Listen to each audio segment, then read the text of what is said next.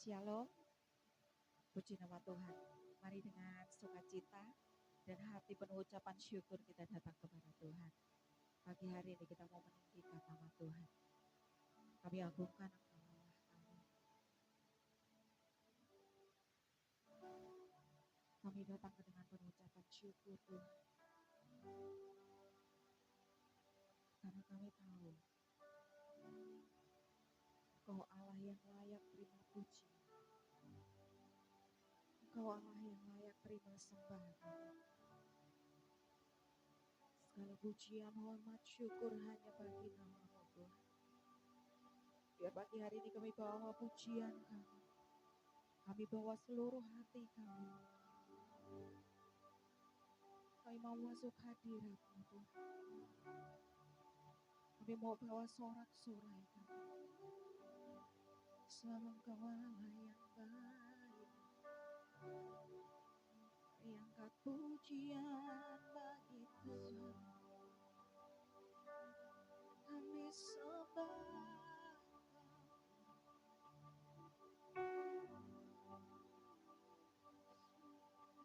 Kau Allah yang ajaib dalam hidupku. Syukur.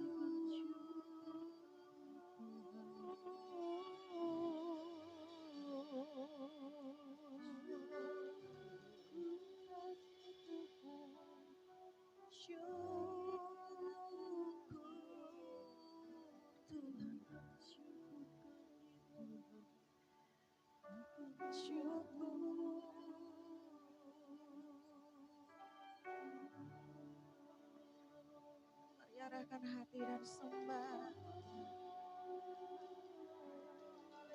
Engkau ajaib Tuhan,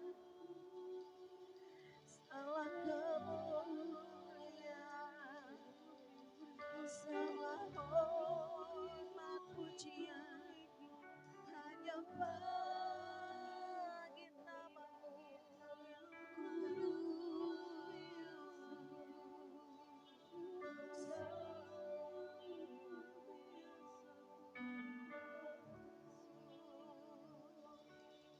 Yesus Tuhan, Yesus Tuhan. Siapkan hati kami, kami buka hati padamu.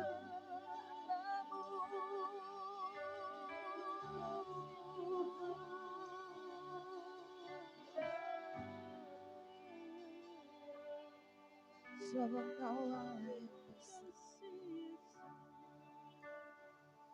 Segala apa yang Kau perbuat dahsyat dalam hidup kami Tuhan. Segala rancangan Tuhan adalah rancangan damai sejahtera dalam kehidupan kami. Sebab itu biar dengan mulut kami, hati kami memuji nama-Mu Tuhan. Terima kasih Tuhan.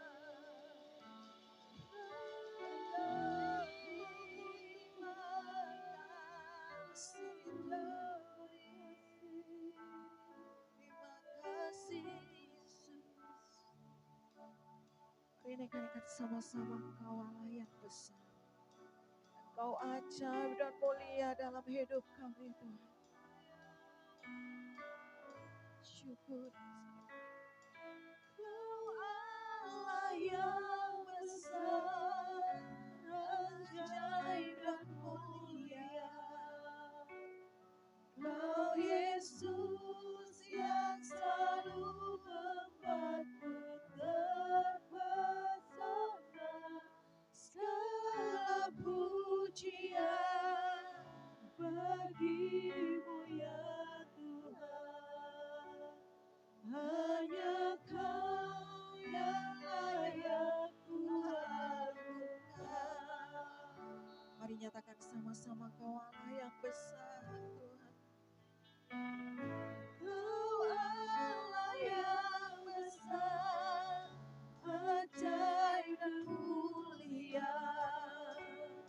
Kau Yesus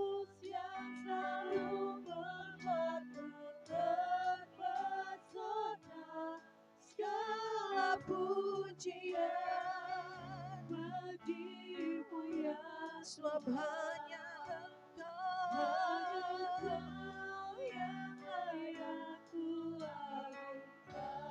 Lebih lagi angkat ucapan syukurmu, katakan Engkau Allah yang dahsyat dalam hidup kami Tuhan. Engkau Allah yang besar, ajaib dan mulia. Kau Yesus yang selalu membuatku terpesona. Segala pujian bagimu ya Tuhan. Hanya Kau yang layak kuagungkan. Mari bangkit berdiri bersama-sama. Nyatakan dengan segenap hatimu kepada Tuhan. Engkau Allah yang besar, Kau Allah yang besar, Kau besar Tuhan. Kau Yesus, kami mau bawa hati kami, sebab Engkau Allah yang dahsyat. Pujian bagimu ya Tuhan. Kami mau nyatakan hanya Kau yang layak.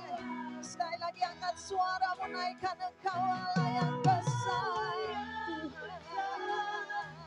Ajaib dan mulia. Oh Kau Yesus yang selalu membuatku terpesona.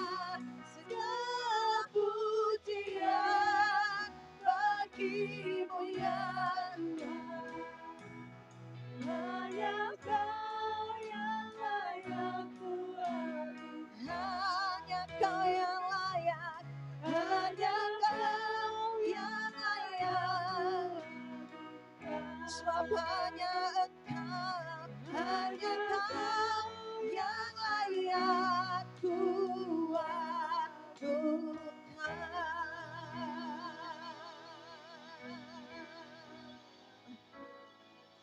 Terima kasih Tuhan,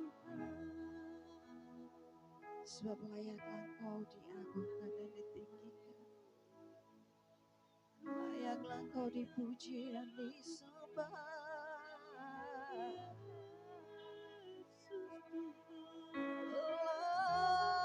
Layaklah Kau dimuliakan. Layaklah Kau ditinggikan.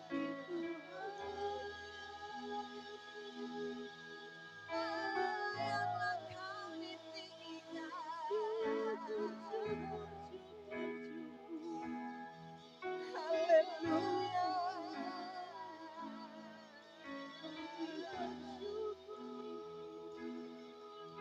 Terima kasih Tuhan. Hanya Kau yang layak Tuhan. Pagi hari ini kami mau menyatakan Kau Allah yang besar dalam hidup kami. Tiada Allah selain Engkau di dalam hati kami. Tiada nama lain yang layak diagungkan selain nama Yesus. Terima kasih Tuhan. Terima kasih Tuhan. Terima kasih. Biar pagi hari ini kami mau merasakan hadirat Tuhan yang damai. Bersyukur Yesus. Terima kasih. Terima kasih. Terima kasih Allah. Kasih Yesus. Terima kasih.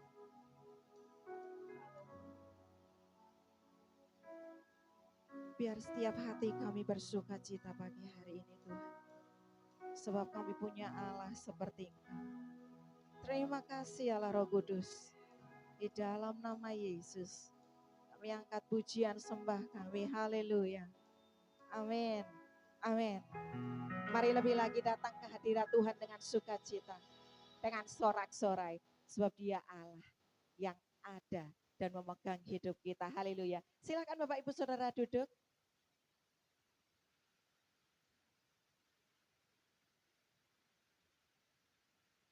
Dia Allah singa dari Yehuda. Biar kita memanggil nama Yesus dengan penuh sukacita. Haleluya.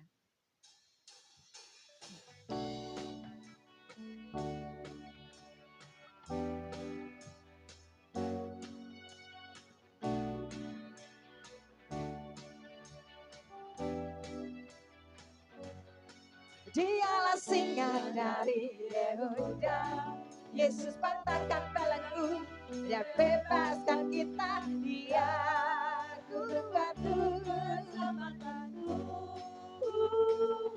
Katakan, kekuatanku pada waktu lemah, menara di waktu berat. Oh, Dia pengharapan umatnya. Mari naikkan namanya sama-sama, Yesus, Yesus, Yesus, Yesus, Yesus, Yesus, Yesus, Yesus. Nama itu yang memikat hatiku dan gemarkan lidahku, menyebutnya selalu. Naikkan anugerahnya, sudah cukup bagiku. Sebab itu ku bersyukur hanya kepadamu. Katakan, Dialah singa dari Yehuda. Amin. Dialah singa dari Yehuda, Yesus patahkan belenggu, Dia bebaskan kita, Dia guru batu keselamatanku.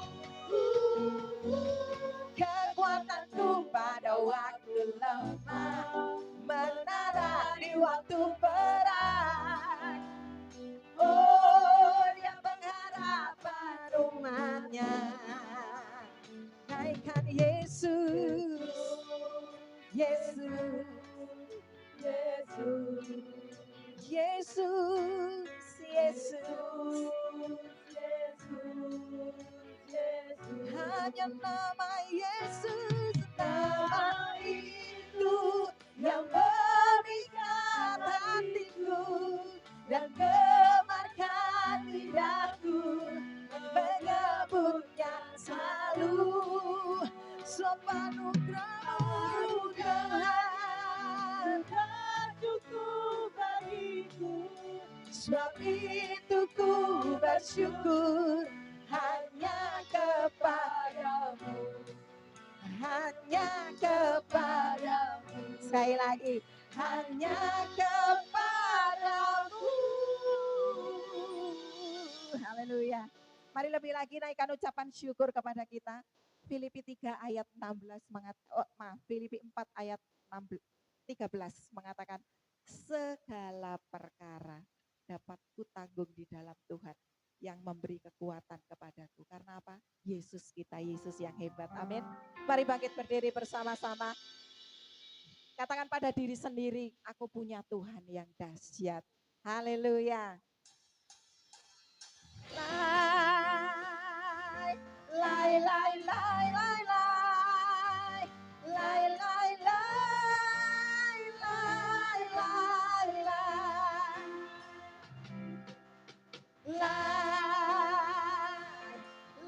lai, lai, lai, lai,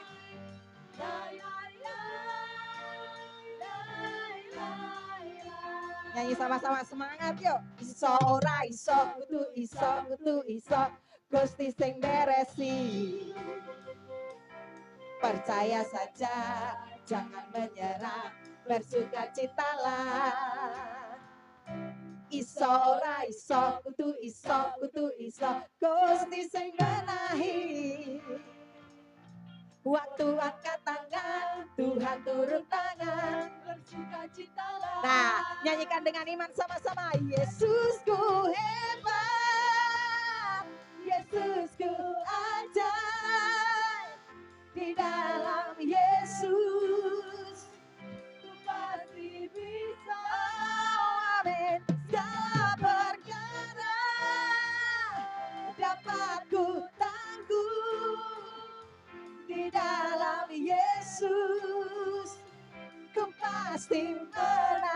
Nyanyi sekali lagi yuk. Lai, lai, lai, lai, lai, lai, lai, lai, lai. Kami mau bernyanyi bagimu. Lai, lai, lai, lai, amin. Lai, lai, lai, lai, lai. Siap? Tuh, iso ora iso, kudu iso, Gusti sing beresi. Apa? Percaya saja, jangan menyerah, bersukacitalah. Sekali lagi yuk, iso ora iso, kudu iso, Gusti sing benahi. Waktu angkat tangan, Tuhan turun tangan, bersukacitalah. Katakan sama-sama, Yesusku hebat, Yesusku amin. Di dalam Yesus, yes, ku pasti segala perkara dapat ku tanggung di dalam Yesus. Sekali lagi nyanyikan sama-sama, Yesus hebat, Yesusku hebat, Dia hebat, Dia ajaib di dalam Yesus. Ku pasti bisa. Katakan dengan iman, segala perkara dapat ku tanggung di dalam Yesus.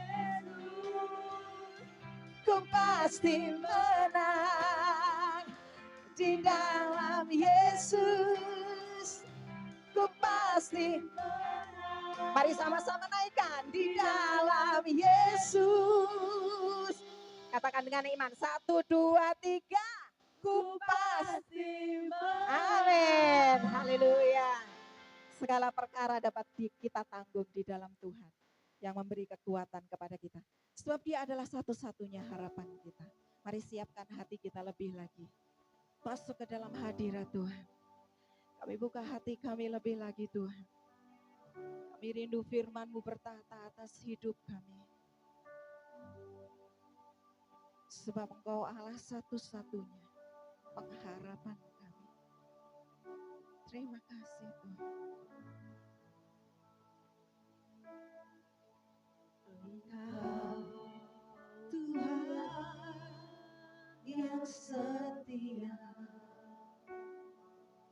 waktu-Mu selalu yang terbaik. Naikkan Engkau Tuhan harapanku. Engkau Tuhan sandaranku, dan ku hanya kan berharap padamu. Mari naikkan hatimu sama-sama. Satu-satunya yang ku andalkan, satu-satunya yang ku percaya. Sebab Engkau sumber kekuatan, sumber pengharapan, yes, Lord Jesus. Sumber kedamaian. Sebab Engkau satu-satunya yang ku andalkan, satu-satunya yang ku beri percaya. Engkau Tuhan memberkati, Tuhan menyembuhkan, amin, Tuhan memulihkan. Mari naikkan pujian ini sekali lagi. Saya minta ibu-ibu saja pujikan pujian ini, Engkau Tuhan. Engkau Tuhan yang setia, kami percaya waktu-Mu selalu yang terbaik.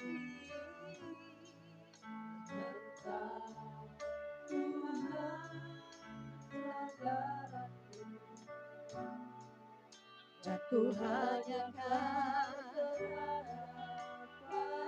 mari sama-sama angkat suaramu, katakan satu-satunya yang ku andalkan, satu-satunya yang ku percaya.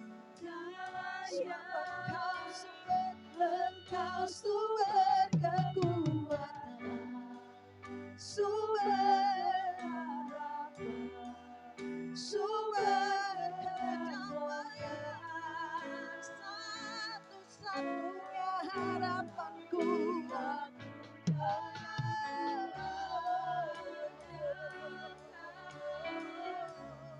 Satu-satunya Yesus Tuhan, Engkau Tuhan memberkati, Tuhan penyembuhku, Tuhan pemulihku.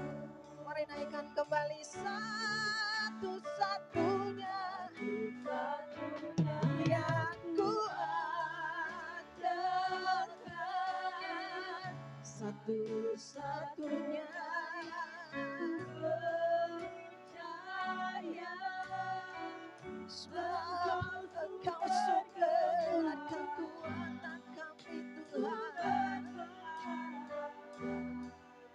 sumber kekuatan. Biar kami hanya berlari kepadamu sebagai satu-satunya harapan kami Tuhan,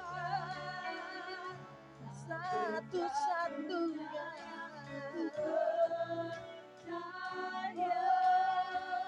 Engkau Tuhan memberkati, Tuhan penyembuhku, Tuhan pemulihku.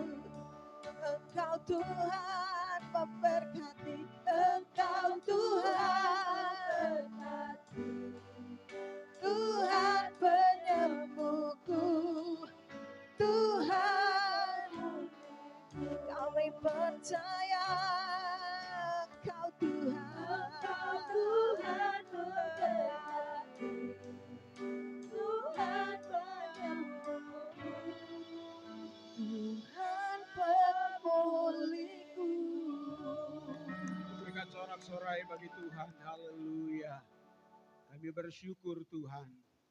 Engkau Tuhan yang selalu ada untuk kami. Menyertai, menolong kami. Memampukan kami untuk menghadapi segala perkara.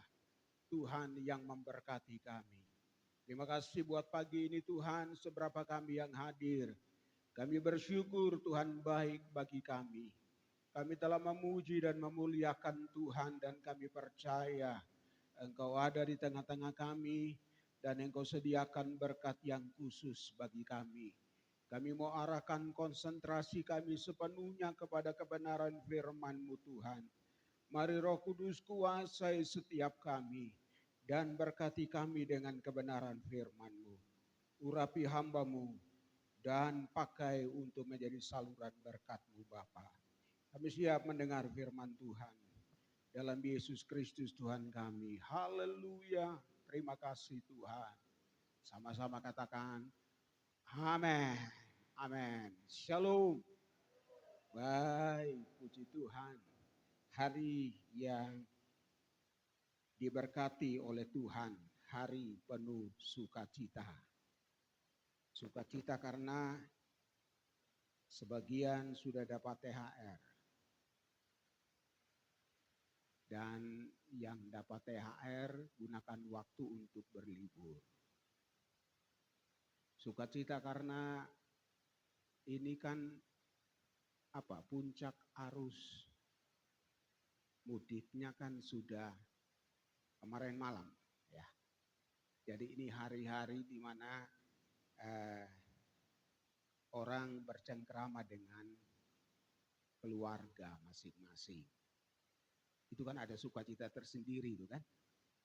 Saudara, keluarga, lama ndak ketemu, setidaknya 1 tahun ndak ketemu. Lalu ini momen di mana kumpul, ketemu, dan menjadi sukacita. Tapi tidak ada yang ketinggalan. Ada yang sukacita karena hari-hari ini hari panen. Sibuk ngumpulin berkat. Berkat itu dari siapa? Dari Tuhan. Cuman yang masalahnya kita sibuk ngumpulin berkat, kita lali karo singkei berkat. Ojo sampai begitu.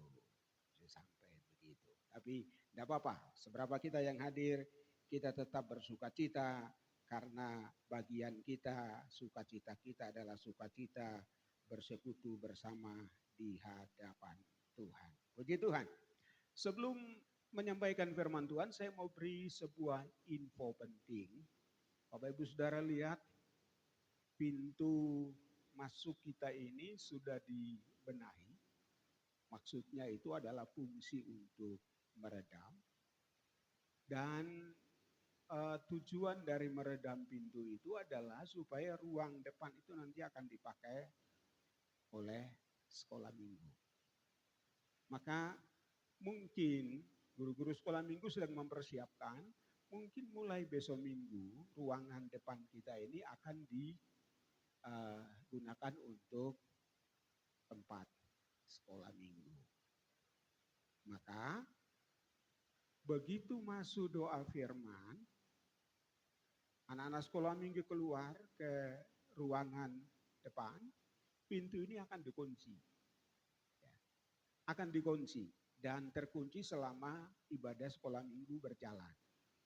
Maksudnya apa? Supaya orang tidak masuk keluar dari sini, anak-anak sekolah minggu juga tidak masuk keluar dari sini, ganggu kita, ganggu konsentrasi kita yang mendengar firman Tuhan. Oleh karena itu nanti akan ada Excel aja yang bertugas untuk jadi penjaga pintu. Begitu sekolah minggu keluar, anak-anak sekolah minggu masuk ke ruangannya, maksud saya, pintunya dikunci. Karena itu selama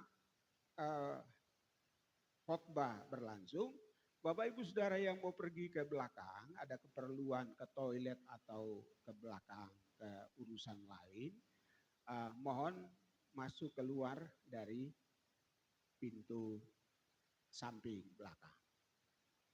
Kemudian karena pintu-pintu kita ini didesain sistem ada tulisannya itu dorong tarik ya. Jadi pintu selalu dalam keadaan tertutup tapi tidak terkunci.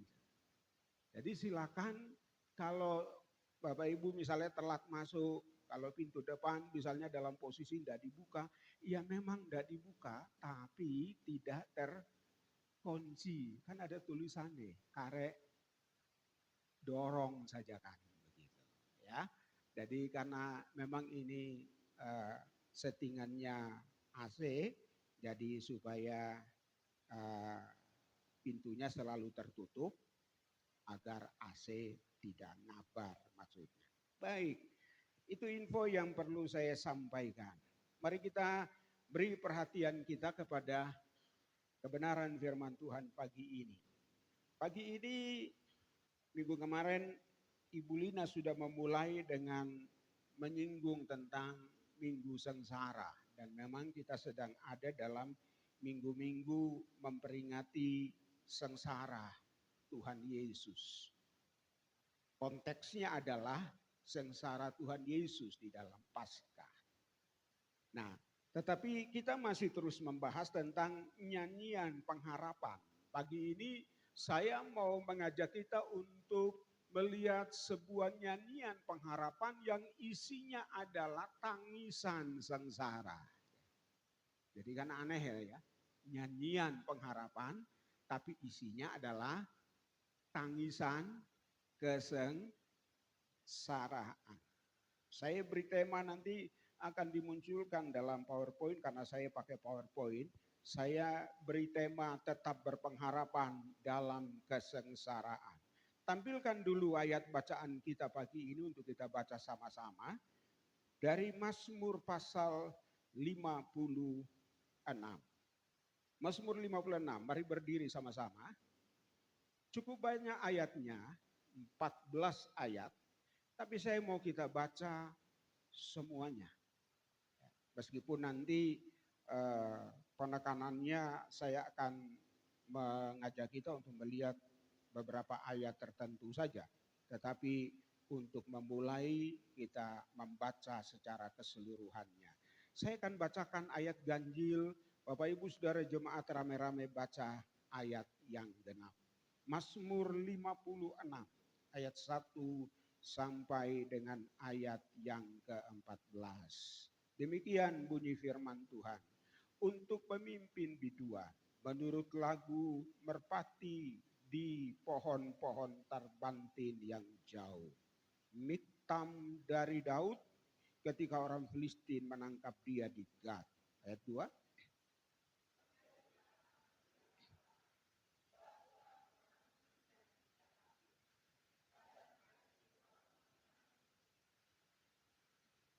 Seteru-seteruku menginjak-injak aku sepanjang hari.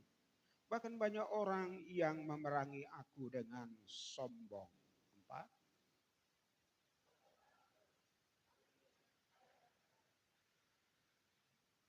Kepada Allah yang firman-Nya kupuji.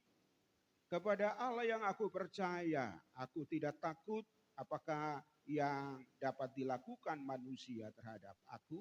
6.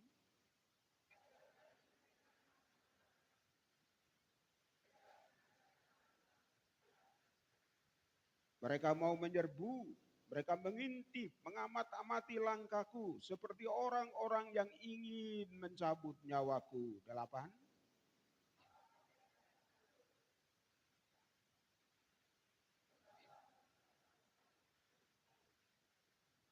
Sengsaraku, engkaulah yang menghitung-hitung. Air mataku kau taruh ke dalam kirbatmu. Bukankah semuanya telah kau daftarkan? 10.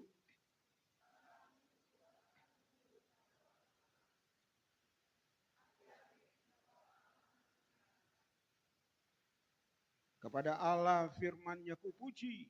Kepada Tuhan firman-Nya kupuji. Kepada Allah ku percaya, aku tidak takut apakah yang dapat dilakukan manusia terhadap aku. 13.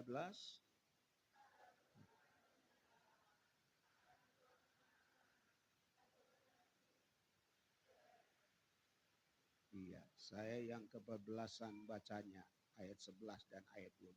Tidak apa-apa. Mari kita baca sama-sama ayat 14. 1, 2, 3.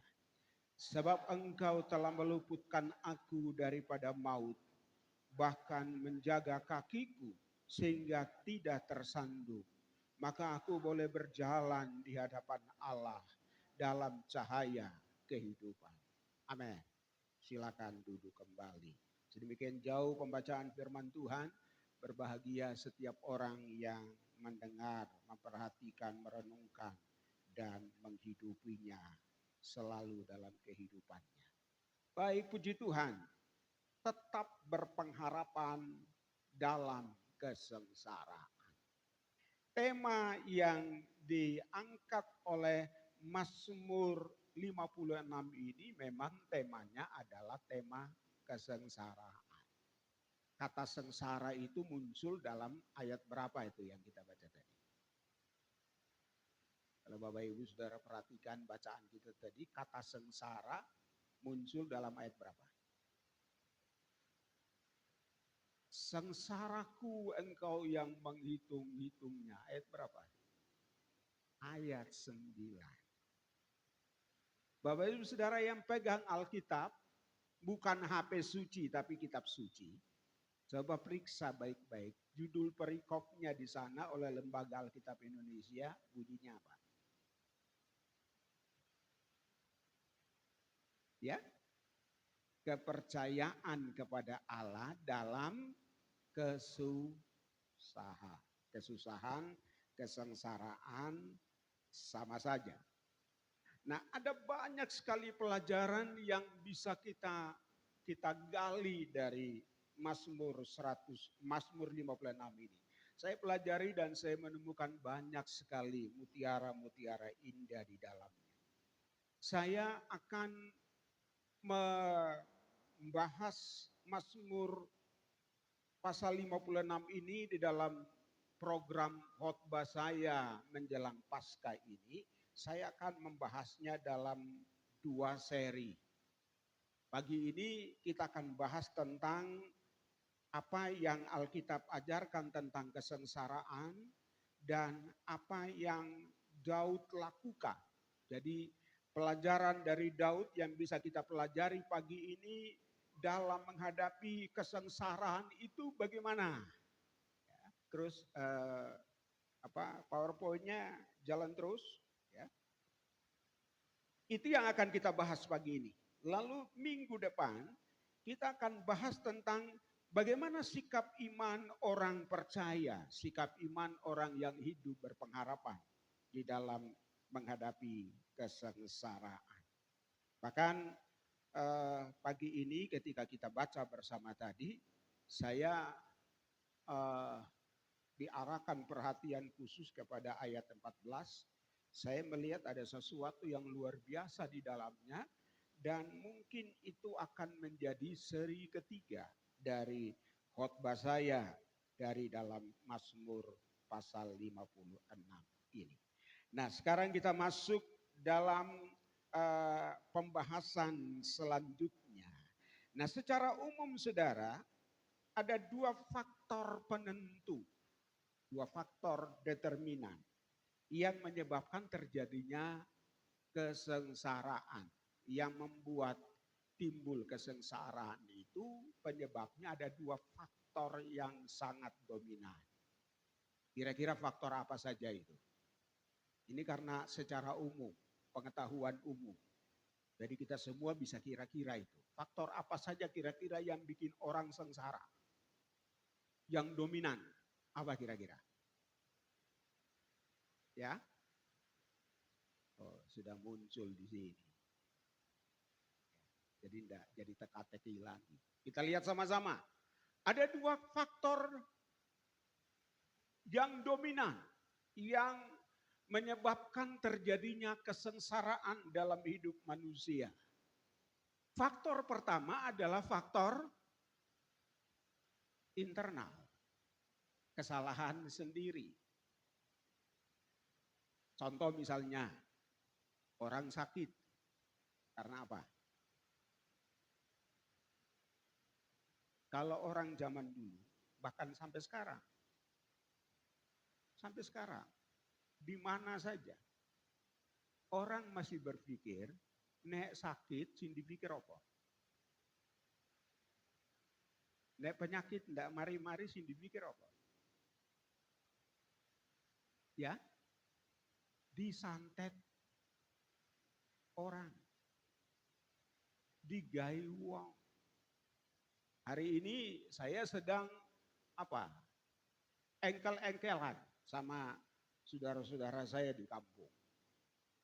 Om saya sedang sakit dan sudah berkali-kali sudah di CT scan, lebih 1 bulan perawatan di Kupang, masuk rumah sakit bolak-balik, dan hasil ronsen menunjukkan bahwa tadinya ada masalah infeksi di paru-paru, lalu kuman infeksinya menyerang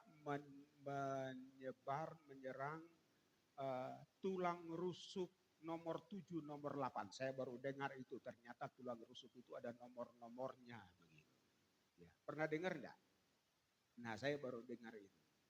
Jadi kuman infeksi itu hantam tulang rusuk nomor 7, nomor 8. Kenapa? Karena waktu nomannya beliau pernah jatuh dari kuda. Lalu tulangnya patah. Mungkin tulang rusuk nomor 7, nomor 8 itu yang patah. Lalu sudah diurut, sudah sembuh.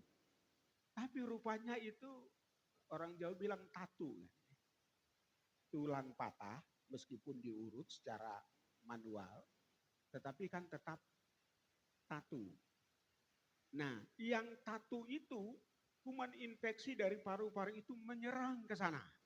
Menyerang ke tulang yang tatu itu. Nah, sehingga selama pengobatan di Kupang, paru-parunya sudah aman. Tapi tulangnya bermasalah dan dokter bilang harus dioperasi.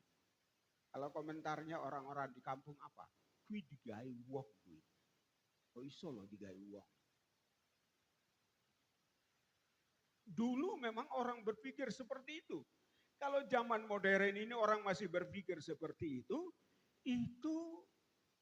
keterlaluan. Nyaris tidak percaya hasil analisa dokter, lebih percaya omongan orang, dugaan orang, itu digawe wong, disantet orang. Tapi intinya penyakit itu selalu, kalau kita tanya dokter, selalu berhubungan dengan kesalahan sendiri. Penyakit itu kan bikin kita sengsara kan ya. Contoh kesalahan kita sendiri yang menyebabkan penyakit apa? Pola makan, pola hidup. Ya banyak hal. Kurang olahraga misalnya. Terlalu banyak pikiran, stres. Itu bisa menyebabkan terjadinya penyakit yang mendatangkan kesengsaraan. Miskin, sengsara enggak? Jadi orang miskin itu soro apa enggak? Soro. Miskin itu kira-kira karena apa? Kesalahan sendiri. Di zaman modern seperti ini, miskin tidak lagi diterima sebagai takdir. Tapi miskin itu karena kesalahan sendiri. Mungkin karena kurang ulet mungkin. Atau mungkin karena pola atau manajemen hidup yang salah. Lebih banyak pengeluaran daripada pemasukan. Jadi ada banyak hal yang mendatangkan kesengsaraan dalam hidup manusia akibat dari kesalahan sendiri. Faktor yang kedua yang dominan adalah faktor eksternal. Apa itu faktor eksternal? Faktor eksternal yang dimaksud di sini adalah akibat adanya tekanan dari luar. Jadi faktor eksternal itu sebenarnya berbicara tentang faktor sosial. Apakah itu sosial ekonomi, apakah itu sosial politik, negara kacau otomatis rakyatnya sengsara, faktor budaya, mungkin kita hidup di lingkungan yang semuanya preman barangkali, lalu kita menjadi tidak tenang, hidup rasanya tersiksa. Ini faktor eksternal yang membuat orang sengsara atau menderita. Lalu pertanyaannya, posisi Tuhan dan setan di mana? Halo? Banyak kali ketika orang Kristen berada dalam kesusahan, orang Kristen berada di dalam kesengsaraan, selalu larinya itu curiganya ke dua sisi atau dua pihak ini. Orang yang rohani, orang yang beriman, dan itu bahasa iman, saya percaya itu, dan saya juga sering melakukannya, bahkan mengajarkannya.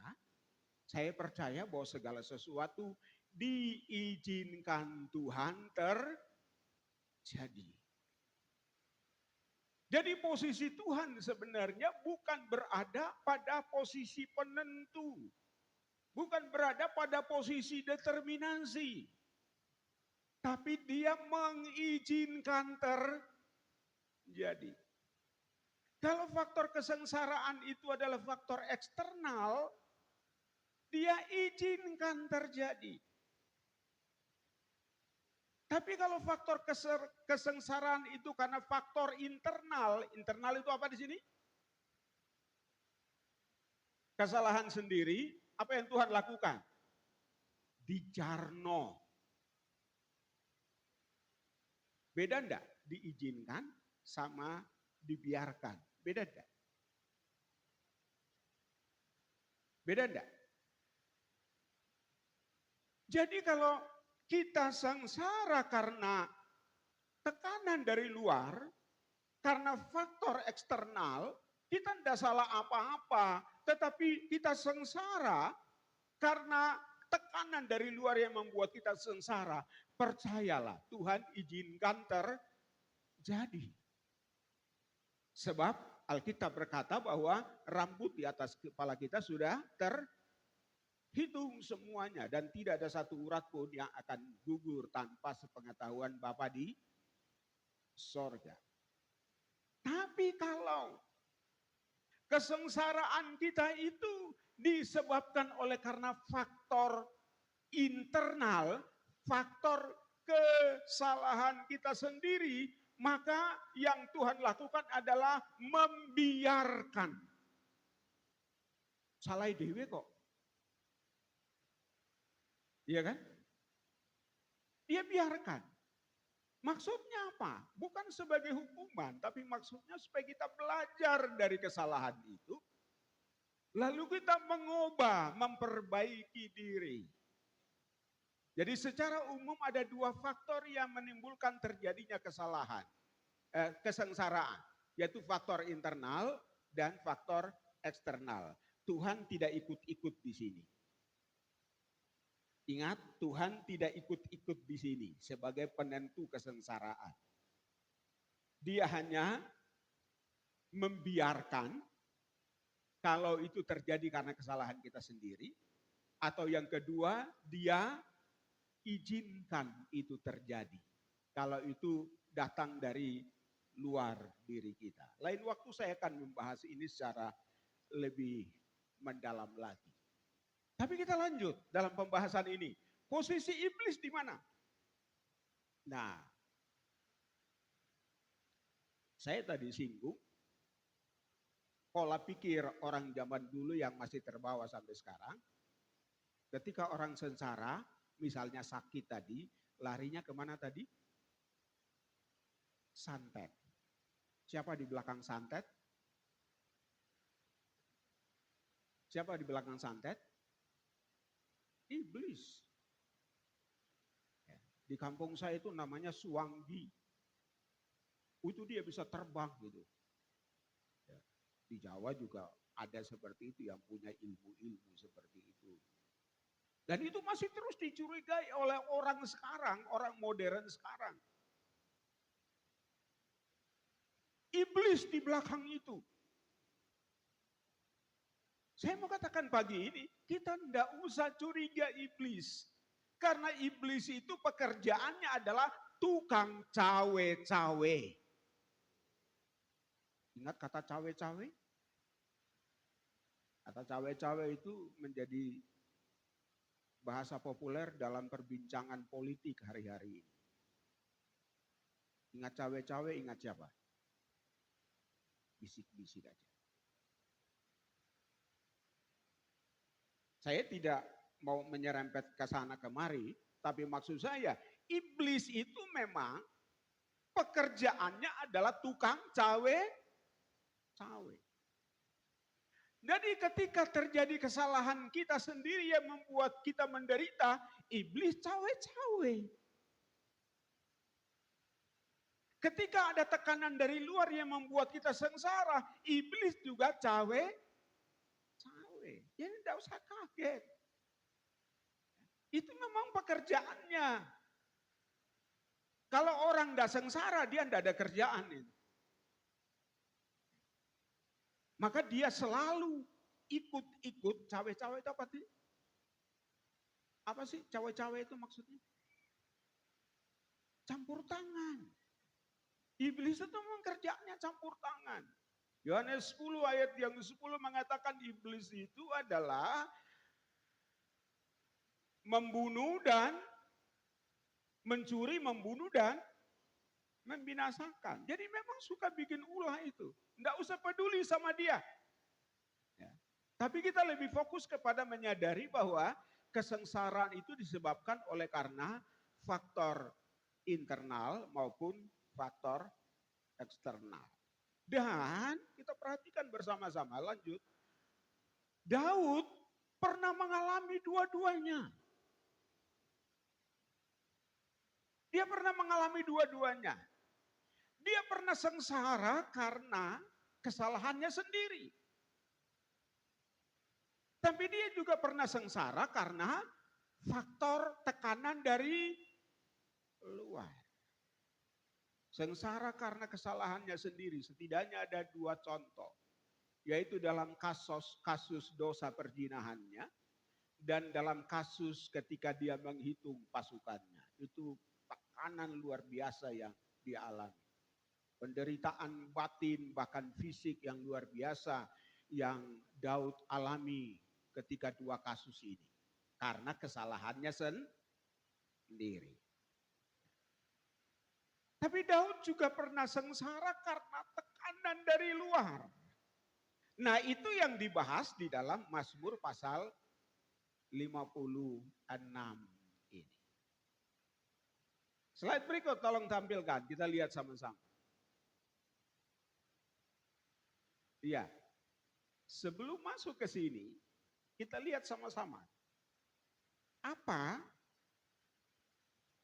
kesalahan Daud yang dialami sebagai faktor internal yang membuatnya sengsara itu.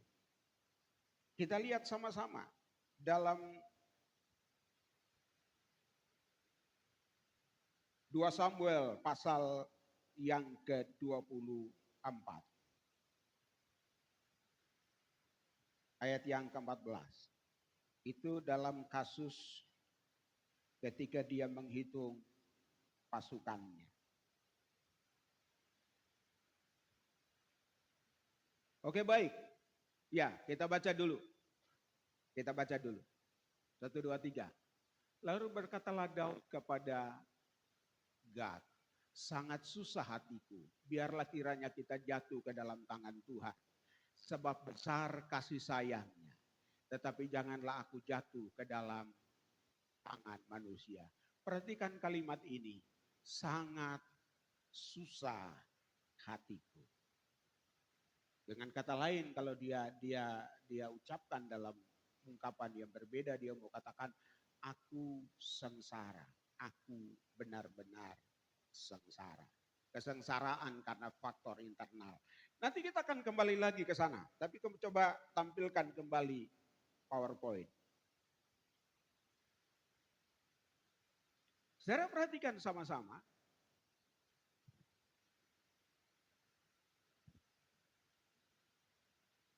Ya, slides berikutnya. Ketika Daud mengalami sengsara karena akibat dari kesalahannya sendiri, ini yang Daud lakukan. Solusi agar dapat keluar dari kesengsaraan akibat kesalahan sendiri ialah apa ini? Ini yang Daud lakukan. Apa ini? Bertobat, merendahkan diri, dan memohon pengampunan serta pemulihan. Tidak ada jalan lain. Kalau kita sadar bahwa kesengsaraan yang kita alami itu terjadi karena faktor internal kita sendiri, faktor kesalahan kita sendiri, maka sekali lagi tidak ada jalan lain, tidak ada cara lain kecuali apa? Bertobat, lalu rendah hati datang kepada Tuhan, tersungkur di bawah kaki Tuhan, minta ampun kepada Tuhan, dan minta dipulihkan. Kira-kira Tuhan pulihkan enggak? Tuhan pulihkan enggak? Tuhan pulihkan. Daud itu ada 2 kasus yang membuat dia sengsara tadi. Yang pertama tadi adalah kasus perzinahannya dengan Batseba, istrinya Uria. Itu dosa tumpuk-tumpuk di sana. Dan Tuhan marah. Tuhan biarkan dia mengalami tekanan batin, tekanan psikologis, tekanan spiritual. Karena dosa yang dia lakukan itu. Tuhan marah sama dia. Tapi apa yang Daud lakukan? Dia melakukan hal ini. Bertobat, merendahkan diri di hadapan Tuhan. Dan memohon pengampunan serta pemulihan. Coba tampilkan Mazmur pasal 51.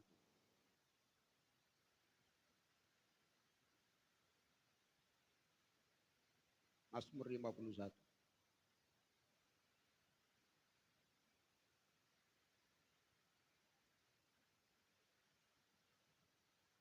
Ayat yang ketiga sampai dengan ayat yang kelima.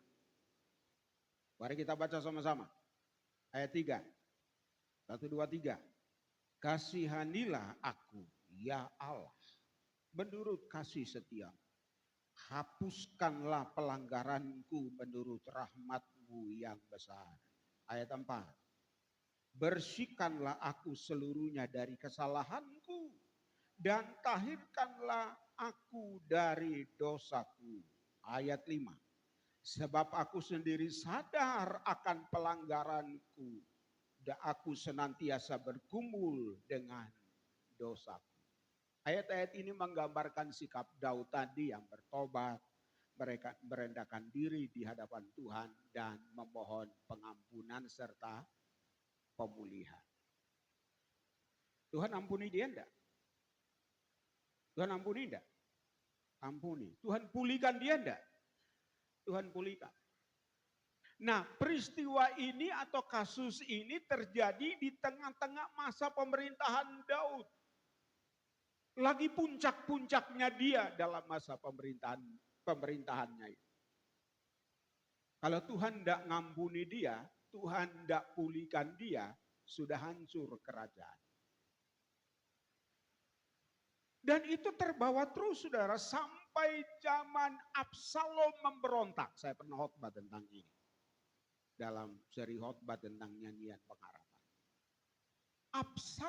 Absalom memberontak itu adalah buntut dari kasus ini. Dan itu begitu menderitanya Daud waktu itu. Begitu sengsaranya Daud ketika dikudeta oleh Absalom. Tapi Tuhan pulihkan dia. Tuhan ampuni dia dan Tuhan pulihkan dia. Gara-garanya apa tadi? Dia rendah hati, bertobat, merendahkan diri di hadapan Tuhan, minta pengampunan dan pemulihan. Tuhan biarkan supaya kita belajar dari kesalahan kita, itu maksudnya itu. Goalnya itu.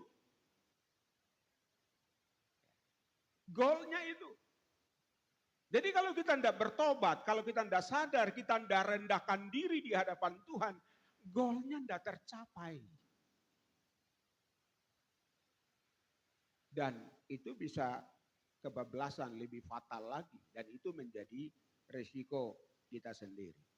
Tapi yang jelas ketika orang yang merasa bersalah atau sengsara karena kesalahannya sendiri dan dia sadar itu, dia bertobat, dia datang kepada Tuhan dengan rendah hati, minta pengampunan dan minta dipulihkan.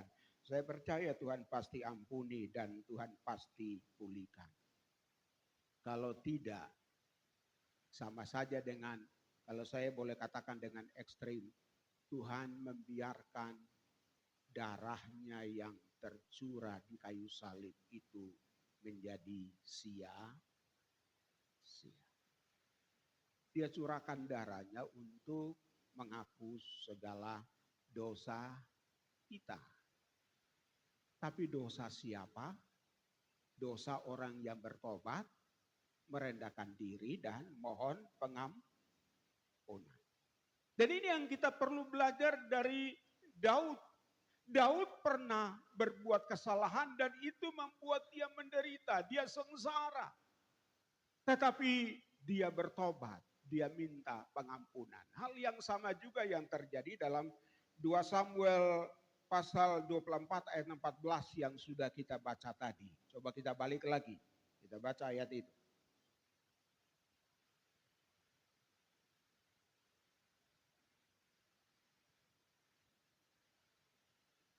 Baca sama-sama, 1, 2, 3. Lalu berkatalah Daud kepada Gad, sangat susah hatiku, biarlah kiranya kita jatuh ke dalam tangan Tuhan. Sebab besar kasih sayangnya. Tetapi janganlah aku jatuh ke dalam tangan manusia. Perhatikan saudara, dia bilang apa? Biarlah kita jatuh ke dalam tangan Tuhan. Sebab besar kasih sayang. Di sana ada enggak unsur pertobatan di sana? Ada. Di sana ada enggak unsur kerendahan hati di sana untuk datang kepada Tuhan? Ada. Ada enggak di sana unsur meminta pengampunan dan pemulihan pertolongan dari Tuhan? Ada enggak? Ada. Ada. Dan kalau saudara baca kisahnya ini dalam 2 Samuel pasal 24 secara utuh, saudara bisa mengerti di sana bagaimana Daud memang bersalah, karena itu ancaman kesengsaraan terjadi atas umat Tuhan. Bahkan bahaya kesengsaraan melanda umat Tuhan. Tetapi ada campur tangan Tuhan di sana. Tuhan memulihkan umatnya pada waktu. Jadi sekali lagi, ketika kita sengsara karena kesalahan kita sendiri, solusinya apa? Bertobat, merendahkan diri, mohon pengampunan, dan pemulihan. Ingat-ingat ini, nggak boleh lupa. Sebab semua orang berpotensi untuk sengsara. Nanti minggu depan saya akan memberikan penekanan lebih tentang itu. Tapi saya singgung pagi ini. Semua orang berpotensi untuk sengsara. Ya. Karena semua orang punya kemungkinan berbuat kesalahan yang berakibat pada kesengsaraannya sendiri. Dan semua orang berkemungkinan untuk sengsara akibat tekanan eksternal. Maka ketika kita mengalami sengsara, kita harus ingat baik-baik. Kita harus cari tahu ini faktor apa. Faktor internal atau faktor eksternal. Kalau faktor internal, kita sadar bahwa kesengsaraan kita itu adalah akibat dari faktor kesalahan kita sendiri, maka solusinya apa tadi? Sekali lagi,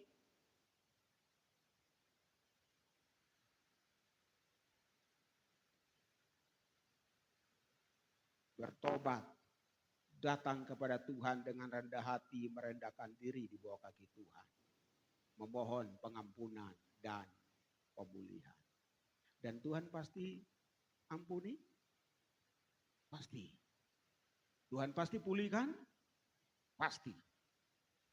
Nah, sekarang kita pindah kepada faktor kedua yang membuat Daud menderita itu. Yang saya katakan tadi, itu dibahas dalam Mazmur pasal 56 itu. Latar belakangnya, tolong tampilkan ayat 1 untuk kita lihat bersama-sama. Ini yang melatar belakangi kesengsaraan Daud akibat faktor eksternal itu. Ayat 1. Mazmur 56 tadi ayat 1. Baca sama-sama. 1, 2, 3. Untuk pemimpin biduan. Kok enggak ada semangat ngocot toh? Saya tas THR-an kok. 1, 2, 3.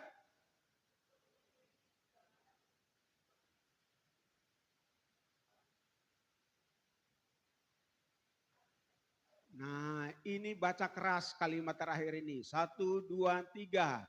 Ketika orang Filistin menangkap dia di Gat. Kisahnya di mana sih?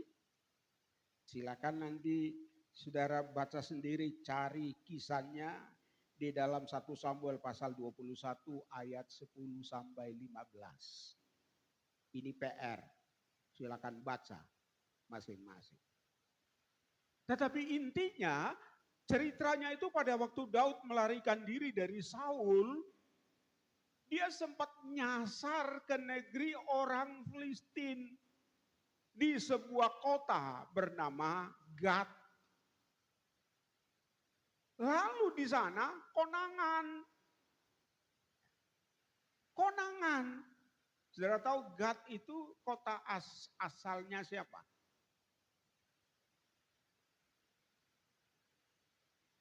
Daud waktu pertama kali tampil di depan publik sebagai pahlawan, dia berperang melawan siapa? Melawan siapa? Goliat. Goliat itu aslinya dari Gad.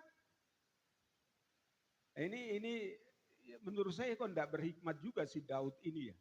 Lari dari Saul karena dikejar-kejar. Dia lari mungkin lari sembarangan begitu, saparan-paran. Kok nyasarnya di Gad. Dilalah Gad itu kampung asalnya siapa? Goliat.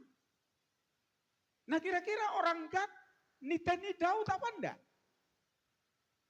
Niteni saudara. Lah kok dilalah Daudnya nyasar ke sana. Langsung dikonangi saudara. Ini kan Daud. Mereka enggak bicara soal kekalahan fatal dari pahlawan mereka, Goliat. Mereka enggak bicara soal itu kalau kita baca 1 Samuel pasal 21 itu. Tapi mereka bilang, ini kan pahlawannya Israel. Yang orang Israel bernyanyi menyambut dia. Saul mengalahkan beribu-ribu musuh. Tetapi Daud mengalahkan belasan ribu musuh. Berlaksa-laksa. Ini kan orangnya. Tidak ada narasi lebih lanjut tentang ancaman yang diarahkan kepada Daud oleh penduduk Gad. Tapi saya percaya. Orang Gad pasti marah. Dan pasti berusaha untuk membalas dendam kepada Daud ini. Lalu apa yang terjadi saudara? Daud pura-pura gila. Tapi kita tidak usah ke sana dulu. Sebelum sampai kepada pura-pura gilanya itu. Kita bisa bayangkan betapa menderitanya Daud ketika itu. Betapa sengsaranya Daud ketika itu. Dan kesengsaraannya ketika dia ditangkap di Gad itu digambarkan dalam Mazmur pasal 56 tadi. Tolong kembali ke Mazmur 56. Tampilkan dulu ayat 2. Ayat 2, baca sama-sama. 1, 2, 3. Kasihanilah aku ya Allah.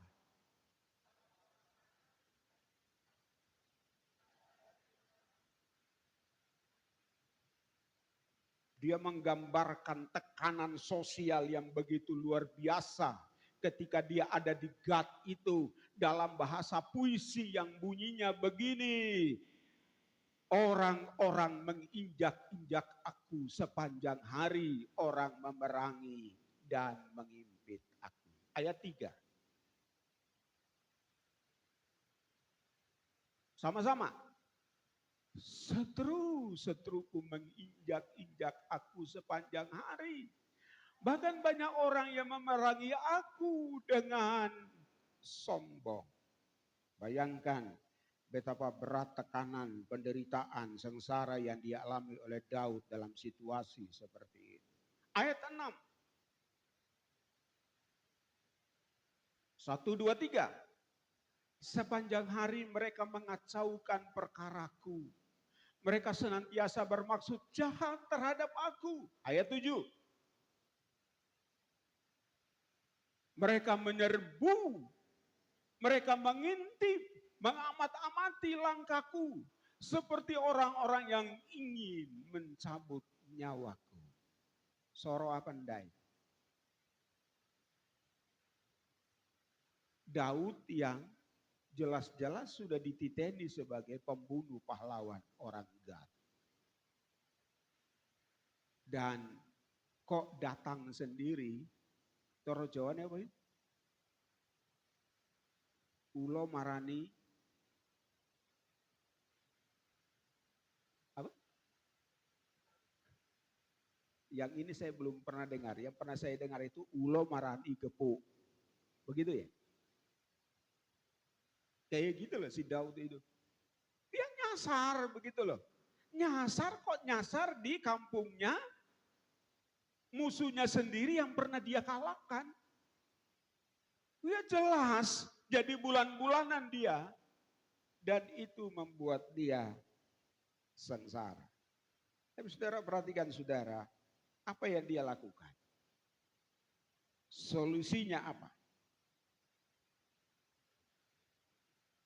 Menurut 1 Samuel pasal 21 itu, solusinya adalah pura-pura gila. Pernah lihat orang gila? Pernah lihat orang gila? Banyak hal tentang orang gila yang bisa kita oncei kupas. Tapi satu saja yang saya mau garis bawahi dari orang gila. Kira-kira orang gila itu punya masalah enggak?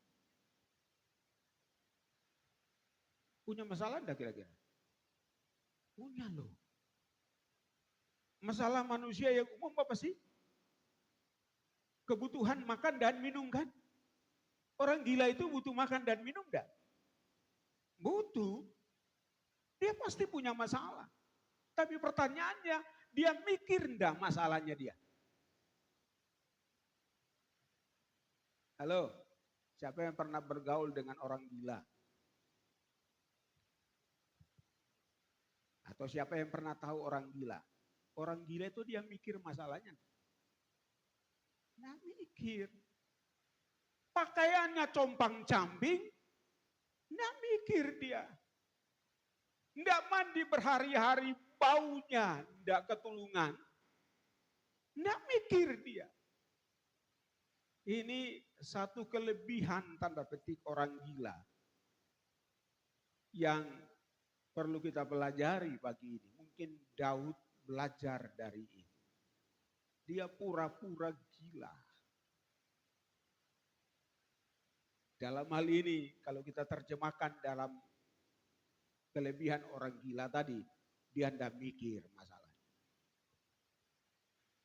Tekanannya begitu hebat, membuat dia sengsara, membuat dia, saudara bayangkan tadi ayat-ayat yang kita baca tadi, ayat 2, ayat 3, ayat 6, ayat 7. Tiap hari dia mengalami himpitan, dia mengalami tekanan, dia mengalami segala macam hal yang membuat dia sengsara. Tapi dia tidak mau mikir itu. Saudara tahu penyakit itu disebabkan karena apa? Saya temukan sebuah fakta, slide berikut. Slide berikut. Iya. Ini jangan jadikan patokan ya. Ini bisa jadi lucu-lucuan. Tapi saya simpulkan ini data yang ya sama sekali validitasnya itu meragukan. Tidak valid sama sekali sebenarnya. Ya, tapi saya anggap ini lucu-lucuan. Indikator atau penyebab penyakit dalam presentasi. Ada 4 hal itu. 4 petunjuk itu. Yang pertama apa? Faktor fisik. Ya mungkin karena kurang olahraga. Ya. Sehingga sakit-sakitan. Itu membuat menderita. Nah, itu berapa persen? 10%. Sekali lagi jangan dipercaya nih ya, jangan dijadikan patokan ya. Saya percaya yang bikin ini pasti pendeta, gitu. Tapi yang jelas bukan saya. Nah, saya temukan ini di medsos, ya saya sengaja angkat sebagai intermezzo saja. Faktor kedua apa? Faktor sosial. Itu tadi, tekanan dari luar. Mungkin juga karena pola hidup yang salah, pola makan yang salah. Itu faktor sosial. Seperti saya pernah bilang itu, kalau dulu orang mati gara-gara kelaparan. Sekarang orang mati gara-gara kewarekan. Itu faktor sosial. Faktor sosial itu mengubah gaya hidupnya. Itu ternyata berapa persen? 15%. Faktor berikutnya, apa ini? Psikis. Psikis itu bicara apa? Tekanan pikiran. Maksud saya poinnya ada di sini ini loh. Tekanan pikiran, tekanan mental. Daud itu pura-pura gila dalam menghadapi tekanan yang membuat dia menderita, dia membuat dia sengsara. Mungkin ini masalahnya. Dia ngerti, dia sadar bahwa seberat apapun tekanan yang menghimpit dia dari luar, kalau dia bisa jaga pikirannya untuk tetap positif, akan menolong dia dalam situasi seperti itu. Ini poin saya, maksud saya. Semua orang pasti punya masalah. Tapi seberapa berat, seberapa besar pengaruh masalah itu atas kehidupan orang itu tergantung bagaimana pikirannya terhadap masalahnya. Saya selalu katakan kita tidak mungkin tidak memikirkan masalah kita. Tetapi jangan sampai masalah itu membebani pikiran kita, membuat kita stres, membuat kita tertekan, dan itu sumber penyakit. Bukan sumber penyakit sebenarnya, pintu masuk dari penyakit yang membuat kita menderita. Lalu faktor keempat apa? Ini guyonan, saya anggap guyonan ini. Faktor spiritual, kurang berdoa, malas beribadah, malas baca Alkitab. Itu ternyata berapa persen? Berapa persen? 50%. Saya anggap ini guyonan. Kenapa? Karena Mazmur 73 menjelaskan kepada kita bahwa orang fasik itu gemuk, sehat, dan sukses. Jadi sekali lagi anggap ini guyonan aja, intermezzo aja. Tapi poin saya ada di sini. Jaga pikiran. Jadi Daud pura-pura gila itu maksudnya untuk dia jaga pikiran. Selain itu juga itu merupakan strategi dia. Bagaimana mengelabui musuh. Daud itu seorang ahli strategi. Jadi dia bisa bikin apa saja untuk menjadi strategi dia. Lalu apa lagi? Selain pura-pura gila, cara Daud menyikapi kesengsaraan karena faktor eksternal itu. Apa yang Mazmur 56 ajarkan kepada kita? Nah, yang Daud lakukan adalah, kalau tampilkan ayat 5. Mazmur 56, ayat 5. Dan ayat 12. Ayat 5. Baca sama-sama, 1, 2, 3. Kepada Allah yang firman-Nya kupuji. Kepada Allah aku percaya. Aku tidak takut. Apakah yang dapat dilakukan manusia terhadap aku?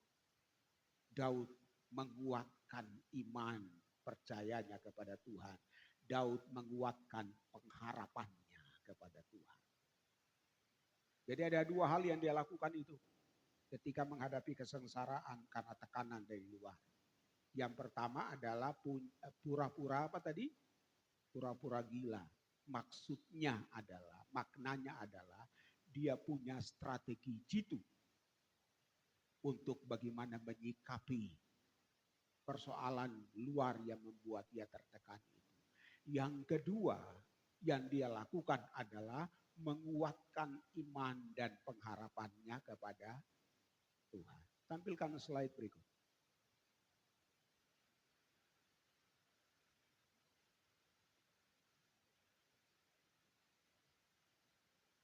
Slide sebelumnya.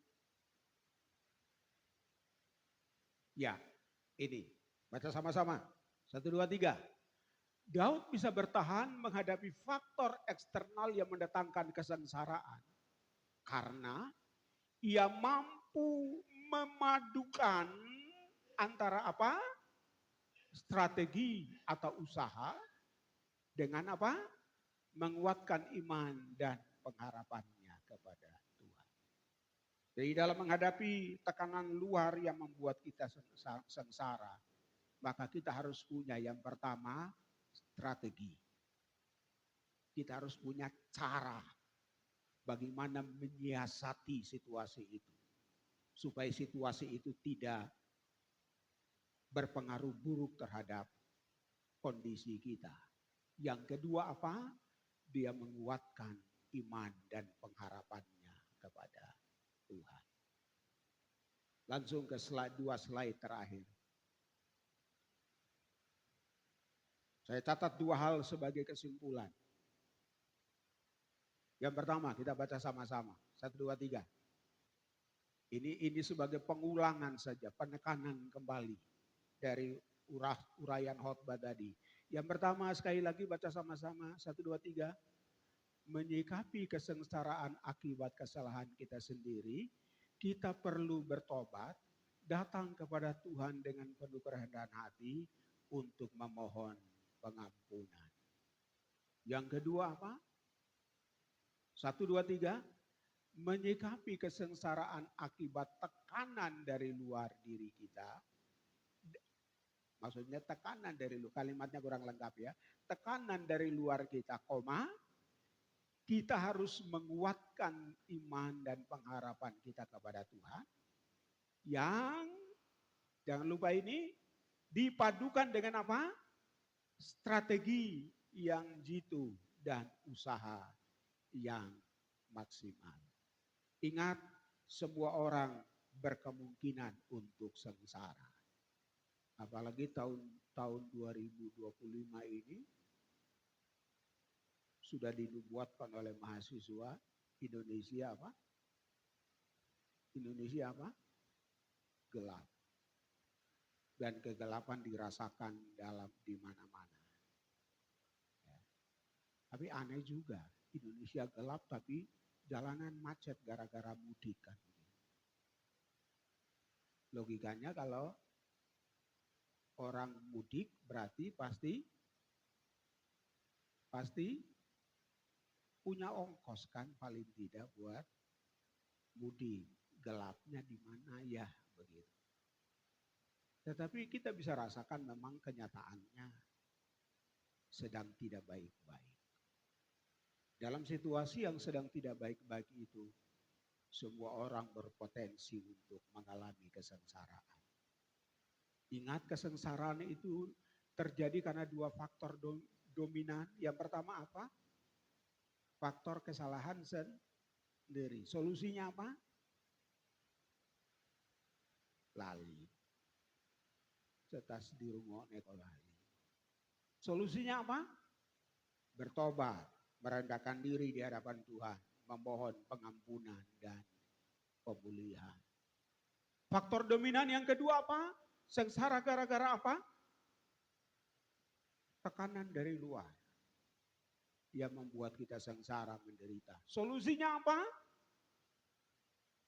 Ojo dijimu pura-pura edane. Ya. Apa solusinya? Harus punya strategi yang jitu dan harus menguatkan iman dan pengharapan kepada Tuhan. Amin. Tunduk kepala bersama.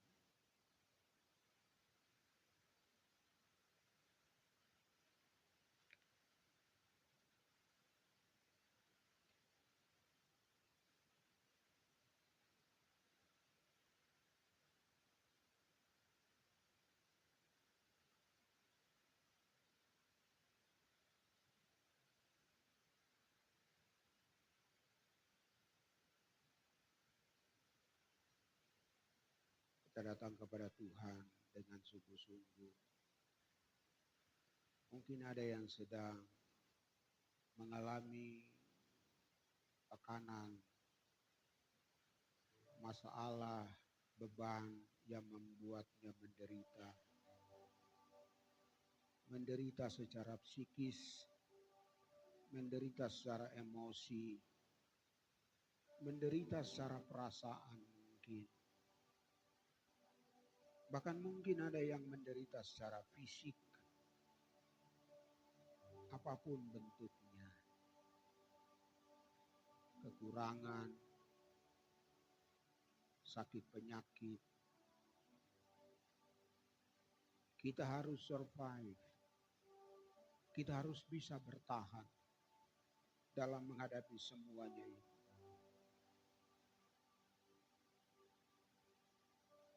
Ada solusi-solusi yang sudah dipaparkan kepada kita lewat kebenaran firman Tuhan pagi ini.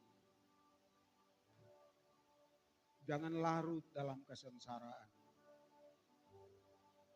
Bangkit. Karena kita adalah pemenang. Yesus telah menderita sengsara, mati tersalib, turun ke dalam kerajaan maut. Dia mengalami penderitaan yang sedemikian beratnya. Supaya kita yang percaya kepadanya hidup oleh dia. Supaya kita yang percaya kepadanya berkemenangan di dalam dia. Mengalami kuasa kebangkitannya dalam menghadapi situasi sengsara yang sedang menghimpit hidup kita.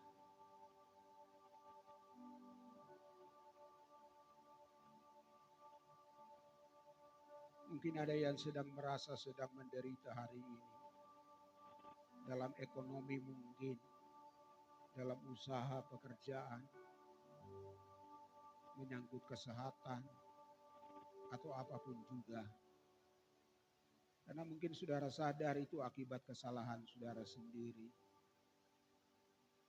Cara hidup yang salah, pola manajemen hidup yang salah, pola manajemen usaha yang salah, atau apapun itu. Saudara sadar bahwa solusi untuk bangkit dan pulih dari kesalahan, kesengsaraan akibat kesalahan sendiri adalah bertobat, merendahkan diri di hadapan Tuhan, mohon ampun dan mohon pemulihan Tuhan. Ada yang pagi ini mungkin sadar, dia terpuruk karena salahnya sendiri. Dia menderita sakit karena salahnya sendiri. Dan saudara sadar dan mau rendah hati di hadapan Tuhan. Saudara boleh angkat tangan kananmu di hadapan Tuhan. Tunduk kepalamu, tanda engkau merendahkan hati di hadapan Tuhan. Saudara boleh bersuara dengan lirih. Mohon ampun kepada Tuhan. Jangan malu untuk minta ampun kepada Tuhan. Kalau saudara memang sungguh-sungguh sadar, saudara perlu bertobat dan berbalik kepada Tuhan. Dan saudara merasa tidak bisa tertahan lagi untuk meluapkan permohonan saudara kepada Tuhan. Saudara boleh berteriak kepada Tuhan. Tuhan, aku salah. Aku salah, aku berdosa. Akibat kesalahanku, akibat kekeliruanku, aku terjebak dalam kesengsaraan. Ampuni aku Tuhan. Saudara boleh berdoa dengan suara yang keras.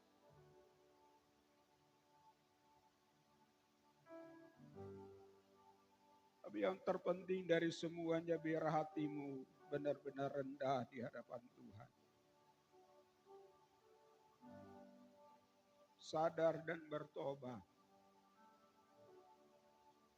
Kasih-Nya tidak terbatas. Dia mau memulihkan kita. Bapa di sorga, hamba-Mu berdoa buat setiap umat-Mu yang menyadari ada kesalahan internal yang membuat mereka sengsara. Hamba mohon belas kasihan. Hamba mohon pengampunan Tuhan. Hamba memohon grafirat darah Yesus. Darah yang suci yang telah tercurah di kayu salib Golgota. Menyucikan setiap kami Tuhan. Ampuni segala dosa kami yang membuat kami terpuruk. Dalam nama Yesus. Dalam nama Yesus. Jamah setiap hati yang sadar pagi ini. Jamah setiap hati yang merendahkan diri pagi ini. Dalam nama Yesus. Dalam nama Yesus. Terima kasih. Kekuatan di hidupku, ku dapat dalam Yesus. Yang tak pernah tinggalkanku, setia penopangku,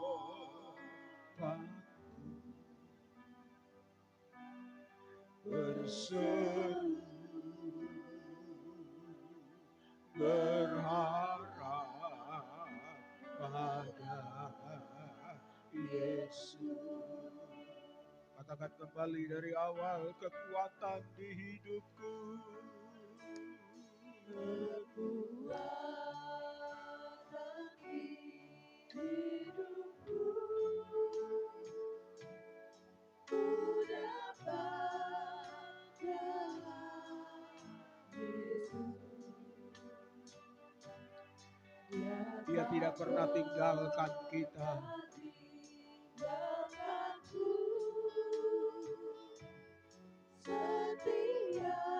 Dia selalu ada untuk kita, menopang kita, menolong kita.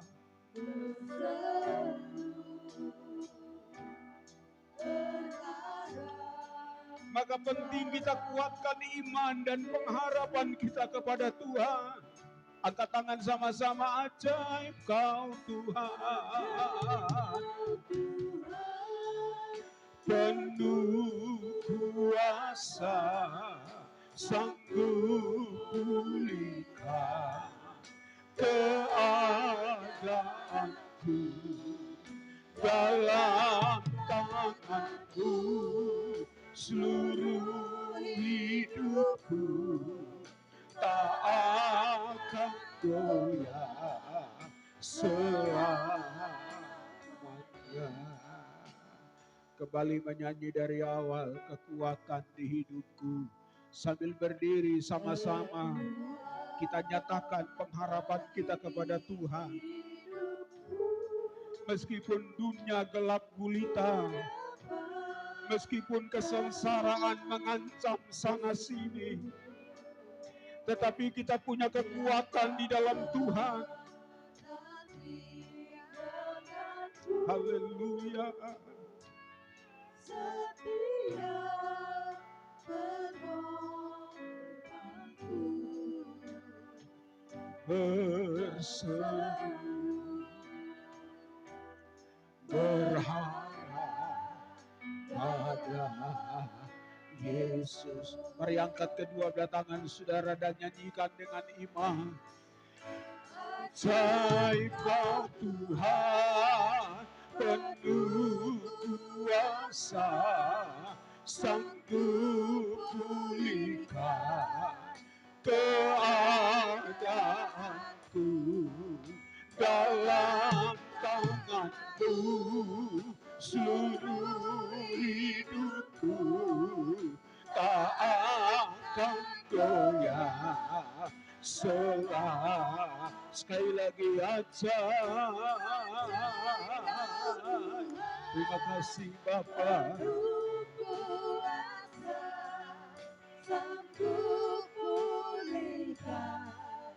Keadaanku dalam tangan-Mu, seluruh hidupku tak akan goyah selamanya, tak akan goyah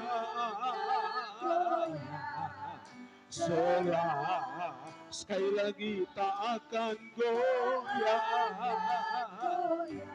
selamanya.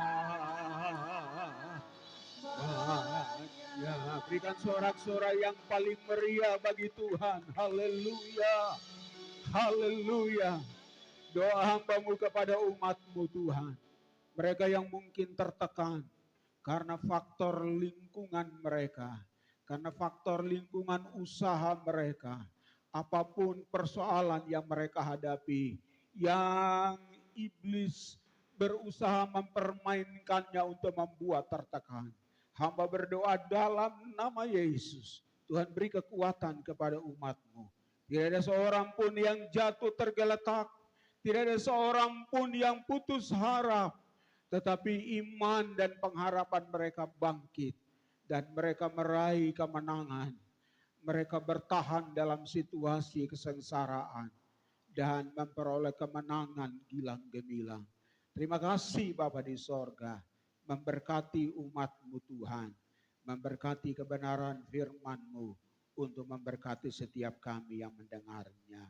Dalam nama Yesus Kristus. Haleluya. Terima kasih Tuhan.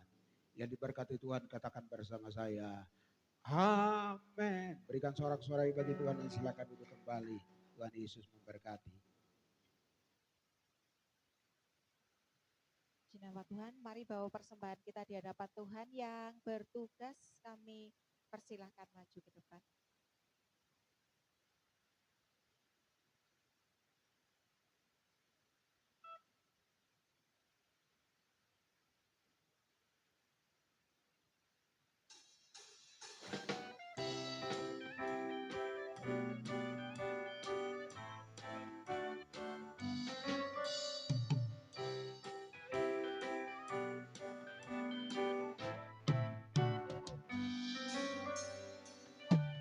Allah itu baik, sungguh baik bagiku. Ditunjukkannya kasih setianya yang menyediakan yang ku perlukan, menyatakan kebaikan, menyatakan kebaikan, menyatakan kebaikannya padaku. Kasih setianya tak pernah berubah.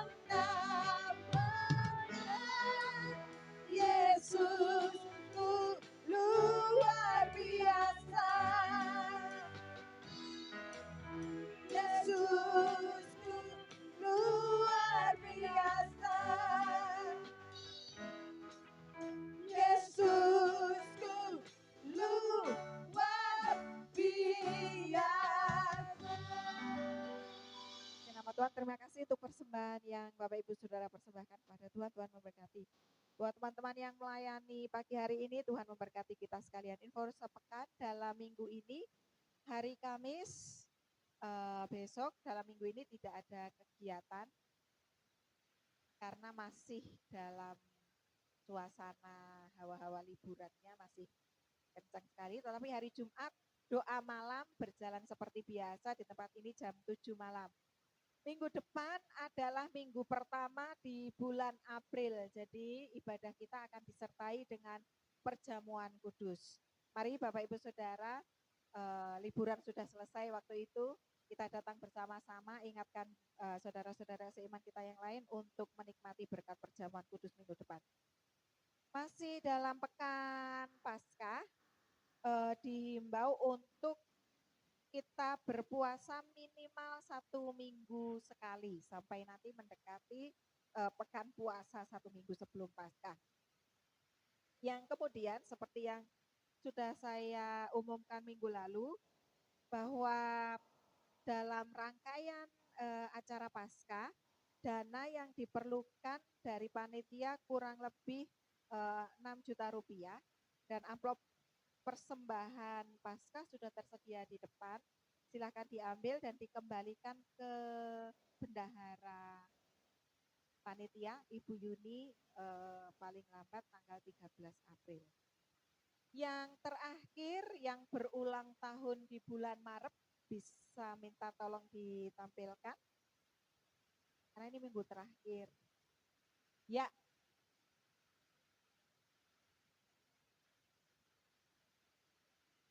12 Maret, Mira Diah Ekasari dan Mita Diah Setiawati. Oh enggak sama belakangnya ya, padahal kembar. Yang kemudian Ibu Meriana Christine, lalu anak Rasendra Marcelino, Bapak William Vinci, dan Ibu Linawati. Bagi Bapak Ibu Saudara yang berulang tahun dalam bulan ini, selamat ulang tahun, umur panjang di tangan Tuhan. Di tangan kirinya semua kekayaan dan kehormatan, Tuhan memberkati Bapak Ibu Saudara yang berulang tahun. Bisa bangkit berdiri aja di tempat duduk yang berulang tahun, nanti kita berdoa bersama-sama. Sudah hilang mudik semua? Ya. Ada warta tambahan, silakan duduk. Warta tambahan. Yap, mari bangkit berdiri bersama-sama. Sekali lagi berikan salam satu sama lain. Saling menyemangati, katakan tetap hidup berpengharapan di dalam Tuhan. Amin. GBI Immanuel menjadi jemaat yang mandiri dan misioner. Hidup mengandalkan Tuhan, setia beribadah, tekun berdoa dan membaca Alkitab, diberkati dan menjadi berkat. Haleluya. Sekali Yesus selamanya Yesus, harapanku takkan hilang, karena kasih-Nya sekarang ku ada. Oh Yesusku, ku cinta Kau sama sekali Yesus.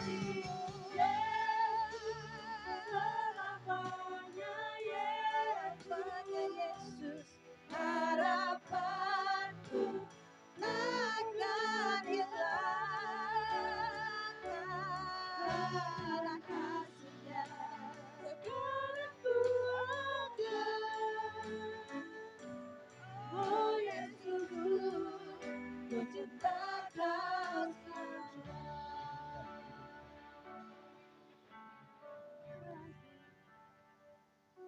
Kami bersyukur buat ibadah kami pagi ini dari awal hingga akhirnya berjalan dalam pimpinan Tuhan. Terima kasih buat hamba-hambamu yang Tuhan telah pakai untuk menjadi alat berkat-Mu dalam pelayanan pagi ini. Tuhan terus memberkati hidup mereka, rumah tangga, usaha, pekerjaan, studi mereka, hari depan mereka. Mereka telah mengasihi Tuhan dengan melayani Tuhan pagi ini. Kami Kami percaya Tuhan lebih mengasihi mereka dan Tuhan memberkati hidup mereka. Apapun yang mereka lakukan, ada campur tangan Tuhan dan diberkati oleh Tuhan. Terima kasih buat semua persembahan yang umat-Mu persembahkan pagi ini untuk pekerjaan-Mu. Mereka mengasihi Tuhan dan mendukung pekerjaan-Mu lewat persembahan-persembahan mereka. Hamba-Mu mohon dalam nama Yesus, Tuhan ulurkan tangan-Mu memberkati setiap tangan yang telah terulur memberkati pekerjaan Tuhan pagi ini. Dan Tuhan memberkati penggunaan dari persembahan-persembahan ini untuk mendukung operasional pekerjaan Tuhan di tempat ini. Biar Tuhan semakin dimuliakan di tengah-tengah umat-Mu di tempat ini. Terima kasih Bapa. Secara khusus kami berdoa untuk kekasih-kekasih kami yang bertambah usia 1 tahun di dalam bulan ini sepanjang bulan Maret. Tanpa menyebut satu persatu, hamba-Mu taruh mereka semua dalam tangan Tuhan. Baik yang hadir pagi ini maupun yang tidak hadir bersama kami. Tuhan tolong mereka dalam keberadaan mereka masing-masing. Tuhan terus campur tangan dalam hidup mereka, karyakan perkara-perkara besar dalam hidup mereka. Sehingga kasih karunia Tuhan semakin bertambah dan mereka hidup bagi hormat dan kemuliaan nama Tuhan. Dimanapun mereka berada, hidup mereka menjadi ucapan syukur, hidup mereka menjadi pujian untuk hormat dan kemuliaan nama-Mu Tuhan. Berkati rumah tangga mereka, berkati usaha dan pekerjaan mereka. Segenap umat-Mu hamba taruh dalam tangan Tuhan. Tuhan memelihara semuanya, Tuhan memberkati semuanya. Terus campur tangan dalam hidup mereka, apapun yang terjadi, pertolongan Tuhan membuat mereka semakin bertambah-tambah dalam kasih karunia Tuhan. Hamba-Mu berdoa menyerahkan pengharapan umat-Mu yang diisi dalam kapsul waktu pengharapan tahun 2025 ini. Hamba-Mu tumpang tangan di atas kotak ini dalam nama Tuhan Yesus Kristus. Percaya selalu ada campur tangan Tuhan. Allah turut bekerja bersama-sama dalam kehidupan umat-Mu Tuhan. Mendatangkan kebaikan bagi hormat dan kemuliaan nama Tuhan. Kami percaya pengharapan umat-Mu tidak sia-sia. Karena Tuhan akan melakukan dengan kuasa-Mu atas apa yang mereka harapkan, apa yang impikan. Sesuai dengan iman mereka, sesuai dengan pengharapan mereka, jadi bagi mereka. Dalam nama Tuhan Yesus Kristus. Terima kasih Bapa. Mohon berkat Tuhan atas bangsa dan negara kami. Atas para pemimpin kami dari tingkat pusat sampai ke tingkat yang paling bawah. Memberkati daerah kami, Kabupaten Tulung Agung, pemerintah daerah mulai dari Bapak Bupati sampai ke tingkat yang paling bawah RW RT di tiap-tiap lingkungan kami serahkan dalam tangan Tuhan. Tuhan memberkati. Secara khusus kami mohon berkat Tuhan atas lingkungan di mana kami berada. Berkat dan anugerah-Mu, sejahtera-Mu ada di lingkungan kami. Kami sadar sesuai firman-Mu, sejahtera kota kami, sejahtera lingkungan kami adalah sejahtera kami. Tuhan memberkati Bapa. Terima kasih Tuhan. Kami akan pulang ke rumah kami masing-masing. Sertai umat-Mu pulang tanpa kecuali seorang pun. Semua diberkati oleh Tuhan. Tidak ada seorang pun yang pulang dengan tangan kosong dan hampa. Oleh karena itu hamba mohon curahkanlah segala berkat-Mu atas umat-Mu. Dalam nama Tuhan Yesus Kristus. Haleluya. Terima kasih Tuhan. Terima kasih Tuhan, mari angkat tangan bersama di hadapan Tuhan. Arahkan hati dan iman sungguh-sungguh kepada Tuhan. Dan terimalah segala berkat daripadanya. Kasih karunia yang sempurna dari Allah Bapa di sorga. Kita kasih dan pertolongan serta penyertaan yang tidak berkesudahan dari Tuhan kita Yesus Kristus, Allah Immanuel itu, serta penghiburan damai sejahtera dan kekuatan baru senantiasa di dalam pimpinan kuat kuasa Roh-Nya yang kudus menyertai kita semua. Mulai pagi ini sampai Maranatha, Tuhan Yesus datang pada kali yang kedua. Kita pulang dengan segala berkat anugerah Allah yang besar ini. Di dalam nama Tuhan Yesus Kristus. Haleluya. Terima kasih Tuhan. Amin. Bapak terima kasih. Terima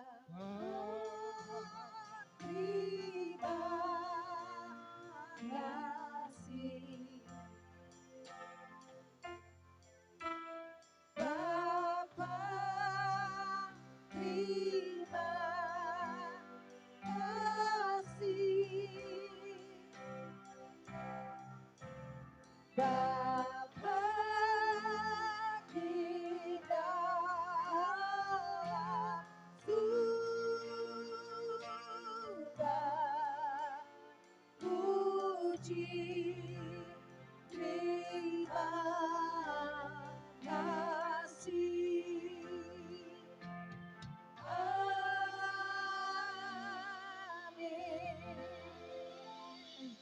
Bapak Saudara silahkan duduk sejenak, kita akan menikmati kebersamaan kita dalam acara minum teh bersama. Selamat hari Minggu, Tuhan Yesus memberkati kita semua.